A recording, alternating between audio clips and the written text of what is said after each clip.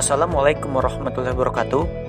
Di video kali ini saya akan menjelaskan tentang manajemen dakwah, yang mana manajemen dakwah adalah sebagai proses perencanaan, pengelompokan tugas, menghimpun dan menempatkan tenaga-tenaga pelaksanaan dalam kelompok-kelompok tugas dan kemudian menggerakkan ke arah tercapainya tujuan dakwah. Pengorganisasian pada manajemen dakwah berarti merupakan tindakan untuk menghubungkan kegiatan-kegiatan dakwah yang efektif dalam wujud kerjasama antara para dai, sehingga dapat memperoleh manfaat-manfaat dalam melaksanakan kegiatan tersebut dalam upaya mewujudkan tujuan dakwah yang diinginkan. Untuk pembahasan secara lebih rinci, telah saya rangkum dalam 6 bab pembahasan, seperti yang tertera pada mind mapping. Langsung saja, masuk ke bab yang pertama. Bab yang pertama yaitu budaya organisasi dalam manajemen dakwah. Dapat dirumuskan sebagai rangkaian aktivitas menyusun suatu kerangka yang menjadi wadah bagi segenap kegiatan usaha dakwah dengan jalan membagi dan mengelompokkan pekerjaan yang harus dilaksanakan serta menetapkan dan menyusun jalinan hubungan kerja di antara satuan-satuan organisasi atau petugasnya. Pengorganisasian yang mengandung koordinasi akan mendatangkan keuntungan berupa terpadunya berbagai kemampuan dan keahlian dari para pelaksana dakwah dalam satu kerangka kerjasama dakwah. Berikutnya yaitu perencanaan dakwah strategis. Rencana adalah suatu arah tindakan yang sudah ditentukan terlebih dahulu. Dari perencanaan ini akan mengungkapkan tujuan-tujuan keorganisasian dan kegiatan-kegiatan yang diperlukan guna mencapai tujuan. Perencanaan juga merupakan alat manajerial yang menjadi dasar kegiatan dalam mencapai tujuan. Perencanaan dakwah strategis meliputi 4 pembahasan, yaitu manfaat perencanaan, jenis-jenis perencanaan dakwah, sasaran dasar perencanaan dakwah, serta sisi kelemahan sebuah perencanaan. Masuk ke pembahasan yang pertama, yaitu manfaat perencanaan. Proses perencanaan dakwah merupakan tindakan sistematis yang dapat membantu mengidentifikasi cara-cara yang lebih baik untuk mencapai sebuah sasaran dakwah. Rencana aktivitas cenderung menghasilkan pikiran-pikiran yang lebih akurat mengenai waktu yang telah dibutuhkan untuk menjalankan sebuah strategi. Dengan demikian, menghasilkan deadlines yang lebih realistis untuk melaksanakan proyek-proyek dan mencapai sasaran. Masuk ke pembahasan yang kedua, yaitu jenis-jenis perencanaan dakwah. Terbagi menjadi 4 bagian. Bagian A, yaitu rencana strategis dan rencana operasional, merupakan rencana yang berlaku bagi seluruh organisasi, yaitu menentukan sasaran umum organisasi dan berusaha menempatkan organisasi tersebut ke dalam lingkungannya. Sedangkan rencana operasional adalah rencana yang menempatkan rincian tentang cara mencapai keseluruhan tujuan organisasi. Bagian B, rencana jangka pendek dan jangka panjang. Rencana jangka pendek adalah rencana dengan asumsi kerangka waktu paling tidak selama 1 tahun. Sedangkan rencana jangka panjang adalah rencana dengan kerangka batas waktu 3 tahun ke atas. Lalu bagian C, rencana yang mengarahkan atau direksional dan rencana khusus. Direksional merupakan rencana yang fleksibel dan lebih menekankan pengidentifikasian garis-garis pedoman umum. Sedangkan rencana khusus dirumuskan dengan jelas serta tidak menyediakan ruang bagi interpretasi. Bagian D, rencana sekali pakai. Rencana sekali pakai atau yang biasa disebut dengan frekuensi penggunaan adalah rencana yang digunakan sekali saja yang secara khusus dirancang untuk memenuhi kebutuhan-kebutuhan situasi khusus dan diciptakan sebagai respon terhadap keputusan-keputusan yang tidak terprogram yang diambil oleh para manajer. Berikutnya pembahasan yang ketiga, yaitu sasaran dasar perencanaan dakwah. Sasaran atau biasa disebut dengan tujuan dalam penggunaannya diorientasikan pada hasil-hasil yang dikehendaki, misalnya bagi dai, mad'u atau masyarakat. Sasaran itulah yang dapat memberi arah bagi semua keputusan manajemen dan merupakan sebuah kriteria yang digunakan untuk dapat mengukur prestasi aktual. Inilah yang disebut dengan dasar perencanaan. Pembahasan yang keempat yaitu sisi kelemahan sebuah perencanaan. Sebuah perencanaan tidak selamanya baik untuk dijalankan, paling tidak ada sisi negatif yang harus diperhatikan dan dipertimbangkan dalam sebuah perencanaan. Pekerjaan yang tercakup dalam perencanaan mungkin berlebihan pada kontribusi nyata. Perencanaan cenderung menunda kegiatan. Perencanaan mungkin terlalu membatasi manajemen untuk berinisiatif dan berinovasi. Kadang-kadang, Hasil yang baik didapatkan oleh penyesuaian situasi individual dan penanganan setiap masalah pada saat masalah tersebut terjadi, tidak selalu berdasarkan rencana. Walaupun ada sebuah sisi kelemahan dalam menyusun dan melakukan perencanaan, namun itu semua harus dijadikan sebuah motivator untuk lembaga dakwah. Selanjutnya, beralih ke bab yang berikutnya, yaitu tentang pengorganisasian dakwah dan kegiatan dakwah. Pengorganisasian adalah seluruh proses pengelompokan orang-orang, alat-alat, tugas-tugas dan tanggung jawab, dan wewenang sedemikian rupa sehingga tercipta suatu organisasi yang dapat digerakkan sebagai suatu kesatuan dalam rangka mencapai suatu tujuan yang telah ditentukan. Pengorganisasian merupakan langkah pertama ke arah pelaksanaan rencana yang telah tersusun sebelumnya. Pengorganisasian dakwah dan kegiatan dakwah meliputi 5 pembahasan, yaitu bentuk-bentuk organisasi dakwah, desain pengorganisasian, strategi dan struktur dakwah, komunikasi dan desain organisasi dakwah, serta tujuan pengorganisasian. Bentuk-bentuk organisasi dakwah terbagi menjadi 5. Bagian A yaitu spesialisasi kerja, yang mana manajemen spesialisasi kerja diartikan sebagai tingkat kemampuan seseorang dalam melakukan pekerjaan yang ditekuninya. Dan tugas-tugas organisasi dibagi menjadi pekerjaan-pekerjaan terpisah atau pembagian kerja. Bentuk-bentuk spesialisasi dalam organisasi sendiri secara formal dapat dibedakan menjadi beberapa, yaitu organisasi garis dan staf, organisasi fungsional, dan organisasi komite. Lalu bagian B, yaitu departementalisasi dakwah. Setelah unit kerja dakwah dibagi-bagi melalui spesialisasi kerja, maka selanjutnya diperlukan pengelompokan pekerjaan-pekerjaan yang diklasifikasikan melalui spesialisasi kerja, sehingga tugas yang sama atau mirip dapat dikelompokkan secara bersama-sama sehingga dapat dikoordinasikan. Bagian C, rantai komando. Sebuah garis wewenang yang tidak terputus yang membentang dari tingkat atas organisasi terus sampai tingkat paling bawah dan menjelaskan hasil kerja dakwah ke departemen masing-masing. Rantai ini akan memberikan sebuah kemudahan bagi para dai untuk menentukan siapa yang harus dituju. Berikutnya bagian D, yaitu rentang kendali. Merupakan konsep yang merujuk pada jumlah bawahan yang dapat disupervise oleh seorang manajer secara efisien dan efektif. Walaupun pada sejarah manajemen belum ada standarisasi, yakni tidak ada kesepakatan ideal tertentu, namun dapat diukur dari tingkatan dalam organisasi. Bagian E, yaitu sentralisasi dan desentralisasi. Sentralisasi diartikan sebagai kadar sampai di mana pengambilan keputusan terkonsentrasi pada hierarki organisasi. Konsep ini hanya mencakup pada wewenang formal, yaitu hak-hak yang inherent dalam posisi seseorang. Sementara desentralisasi adalah pengertian terbalik dalam artian pengalihan wewenang untuk membuat keputusan ke tingkat yang lebih rendah dalam suatu organisasi. Berikutnya masuk ke pembahasan yang kedua, yaitu desain pengorganisasian. Bagian A, yaitu organisasi yang mekanistik.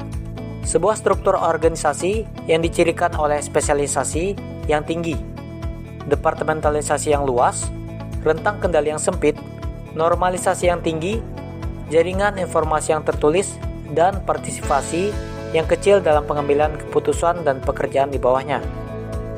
Bagian B, yaitu organisasi organik, merupakan suatu struktur pengorganisasian yang sangat adaptif dan fleksibel dengan spesialisasi kerja yang sedikit, formalisasi yang minimal, dan supervisi langsung ke para pekerja junior.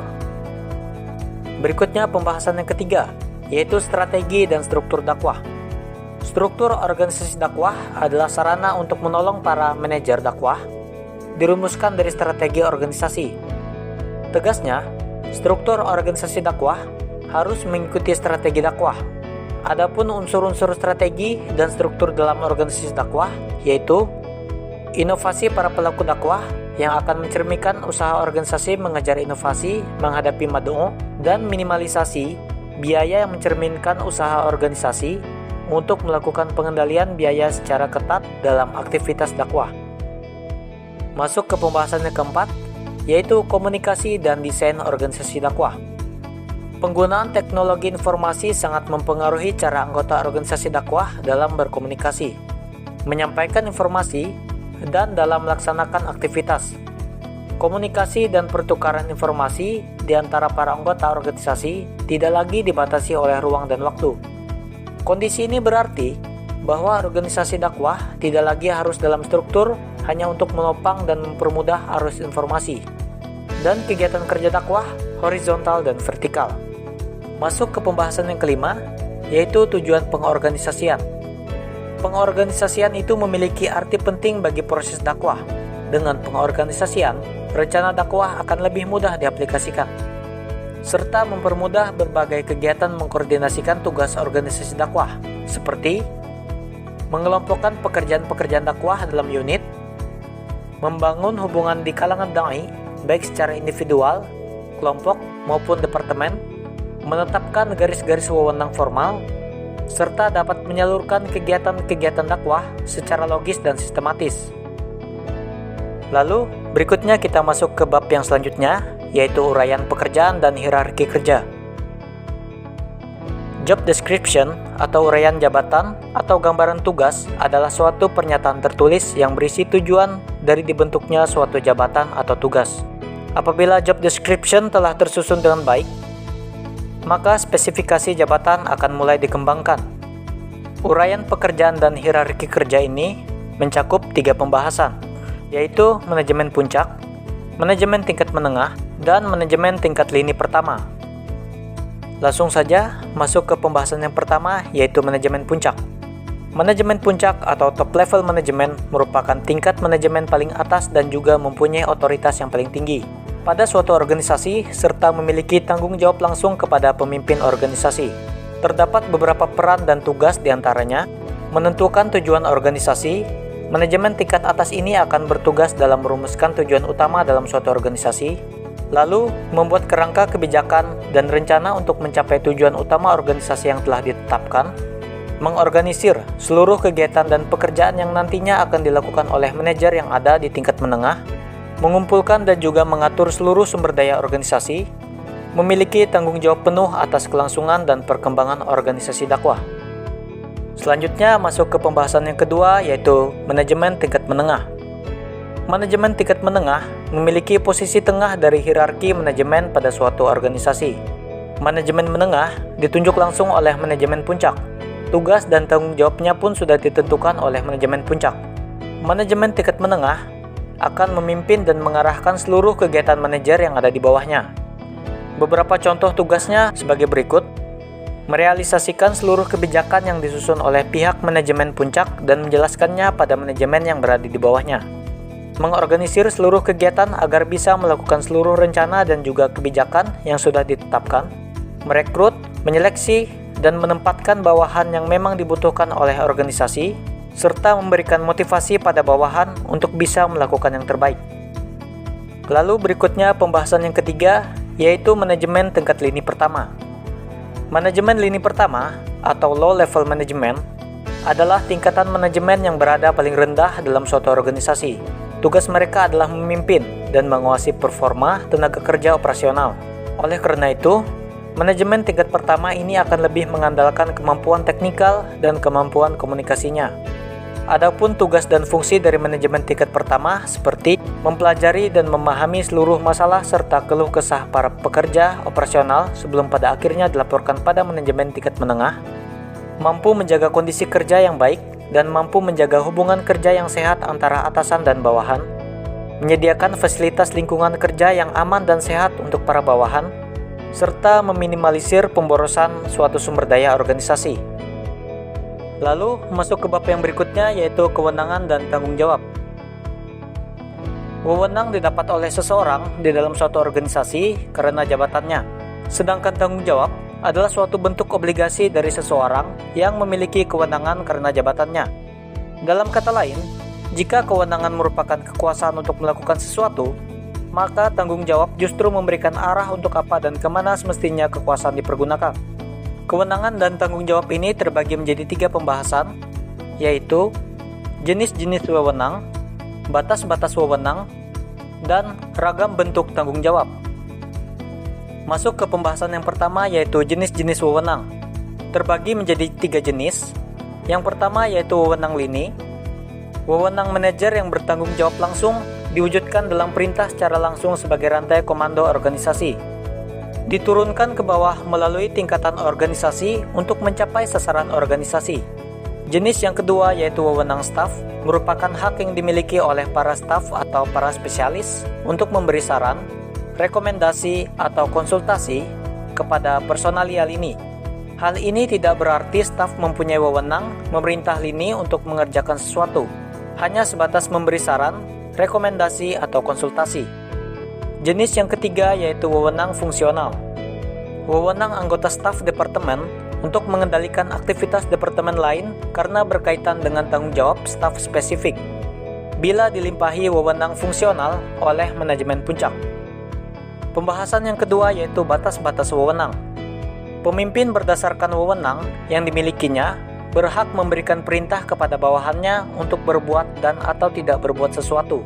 Tetapi ini tidak berarti bahwa seorang manajer dapat bertindak sewenang-wenang kepada bawahannya, karena wewenang itu ada batasan-batasannya, seperti kemampuan jasmani atau fisik, keterbatasan teknologi, pembatasan ekonomi, dan pembatasan hukum. Berikutnya pembahasan yang ketiga yaitu ragam bentuk tanggung jawab. Sebagai pemimpin dan atasan langsung dari karyawan, manajer bertanggung jawab terhadap kinerja sebuah tim. Dalam setiap organisasi, tugas manajer yang paling pokok adalah memimpin, mengarahkan, dan mengawasi staf untuk bekerja sama mencapai tujuan organisasi, serta memiliki bentuk ragam tanggung jawab seperti mediator dan penghubung komunikasi, pengambil keputusan, serta memecahkan masalah sebagai kunci produktivitas organisasi. Beralih ke bab yang berikutnya yaitu memimpin dan menggerakkan kegiatan organisasi dakwah. Kegiatan dakwah tidak hanya mencakup sisi ajakan atau materi dakwah, tetapi juga sisi pelakunya atau dai dan pesertanya atau yang disebut dengan bad'u. Selain itu, dakwah tidak hanya berada di tempat-tempat konvensional seperti masjid, pesantren, dan majelis taklim. Kini dakwah sudah masuk ke radio, televisi, melalui media internet, dan menjamur di kantor-kantor pemerintah maupun swasta. Dalam penyelenggaraan dakwah, mutlak diperlukan penjalinan hubungan atau koordinasi di antara satu dengan yang lain, sehingga terpadulah potensi dalam satu kesatuan dan kekuatan yang padu. Bab ini memiliki 3 pembahasan, yaitu penggerakan dakwah, pemberian motivasi dan melakukan bimbingan, serta menjalin hubungan dan penyelenggaraan komunikasi. Masuk ke pembahasan yang pertama yaitu penggerakan dakwah. Penggerakan dakwah merupakan inti dari manajemen dakwah, karena dalam proses ini semua aktivitas dakwah dilaksanakan. Dalam penggerakan dakwah ini, pimpinan menggerakkan semua elemen untuk melakukan semua aktivitas dakwah yang telah direncanakan. Penggerakan dakwah merupakan salah satu dari fungsi manajemen, yaitu seluruh proses pemberian motivasi kerja kepada para bawahan dengan sedemikian rupa, sehingga mereka mampu bekerja dengan ikhlas demi tercapainya tujuan. Masuk ke pembahasan yang kedua, yaitu pemberian motivasi dan melakukan bimbingan. Motivasi berfungsi untuk merangsang kemampuan karyawan, maka akan tercipta hasil kinerja yang maksimal. Motivasi berpengaruh signifikan terhadap kinerja anggota tim. Motivasi merupakan variabel penting di mana motivasi perlu mendapat perhatian yang besar bagi organisasi dalam peningkatan kinerja anggota tim. Maka dari itu, diperlukan juga bimbingan yang mana bimbingan merupakan suatu hal yang penting bagi organisasi agar dengan potensi yang dimiliki setiap anggota dapat dikembangkan secara optimal dengan jalan memahami diri, memahami lingkungan, mengatasi hambatan, guna menentukan rencana masa depan yang lebih baik. Berikutnya pembahasan yang ketiga, yaitu menjalin hubungan dan penyelenggaraan komunikasi. Menjalin hubungan dalam organisasi tidak lepas dari yang namanya peranan komunikasi dalam suatu organisasi sangatlah penting, karena akan membantu terjalinnya hubungan yang baik serta koordinasi yang baik antara sesama anggota dalam mencapai tujuan organisasi. Selain itu juga, komunikasi organisasi akan memberikan dampak pada peningkatan motivasi dari anggota organisasi. Karena tanpa adanya komunikasi yang baik, segala sesuatunya pasti tidak akan berjalan lancar. Kemungkinan besar akan terjadi berbagai konflik dengan rekan kerja atau atasan yang dampaknya cukup besar bagi individu maupun organisasi dakwah itu sendiri. Beralih ke bab yang terakhir, yaitu motivasi dan pengaruh pimpinan. Kemampuan seorang pemimpin dalam mempengaruhi bawahannya merupakan faktor dominan yang menentukan keberhasilan suatu organisasi. Motivasi dan kepemimpinan dapat mempengaruhi manajemen, yaitu dengan cara memberikan pengaruh terhadap semua bawahan. Seorang pemimpin yang memiliki motivasi yang baik akan memberikan semangat kepada bawahannya dan secara otomatis akan menunjang keberhasilan dalam manajemen. Karena kepemimpinan memiliki peran sebagai koordinator, motivator, dan katalis yang akan membawa organisasi pada puncak keberhasilan. Motivasi dan pengaruh pimpinan meliputi 5 pembahasan, yaitu pengendalian dakwah, unsur dan proses pengendalian manajemen dakwah, fungsi pengendalian dakwah, efektivitas manajerial, serta produktivitas organisasi. Masuk ke pembahasan yang pertama, yaitu pengendalian dakwah. Dalam organisasi dakwah, penggunaan prosedur pengendalian ini diterapkan untuk memastikan langkah kemajuan yang telah diraih sesuai dengan sarana dan penggunaan sumber daya manusia secara efektif. Pengendalian juga dapat dimaksudkan sebagai sebuah kegiatan mengukur penyimpangan dari prestasi yang direncanakan dan menggerakkan tindakan korektif. Pengendalian dakwah pada sisi lain juga membantu seorang manajer dakwah untuk memonitor keefektifan aktivitas perencanaan, pengorganisasian, serta kepemimpinan. Selanjutnya masuk ke pembahasan yang kedua, yaitu unsur dan proses pengendalian manajemen dakwah. Pengendalian manajemen dakwah lebih bersifat komprehensif, di mana lebih mengarah pada upaya yang dilakukan manajemen agar tujuan organisasi tercapai. Pada dasarnya, proses pengendalian manajemen dakwah yang efektif itu bersifat formal, namun pada realitasnya, pengendalian informal lebih dominan. Bahwa proses pengendalian manajemen merupakan sebuah tahapan yang saling berkaitan satu dengan yang lainnya, yang terdiri dari programming dan budgeting. Berikutnya pembahasan yang ketiga, yaitu fungsi pengendalian dakwah.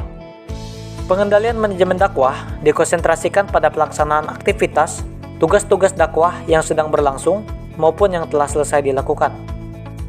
Secara spesifik, pengendalian dakwah ini dibutuhkan untuk menciptakan suatu mutu dakwah yang lebih baik, dapat menciptakan sebuah siklus yang lebih cepat, serta mempermudah pendelegasian dai dan kerja tim.